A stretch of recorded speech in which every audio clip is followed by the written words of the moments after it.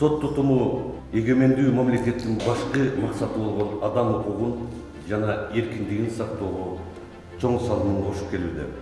Сиздердин талкпаган эмгегиңиздер мамлекетибиздин өнүгүп өсүүсүнө зор салым кошуп келет.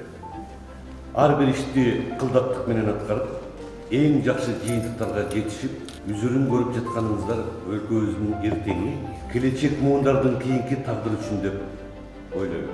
Кандай гана кырдаал болбосун, дайыма ынтымакта, биримдикте, бири-бирибизге болгон сый мамиле менен алдыга умтулуп келебиз. Эгемендүү өлкөбүз сиздердин жана биздин ак эмгегибиз менен өнүгө берсин.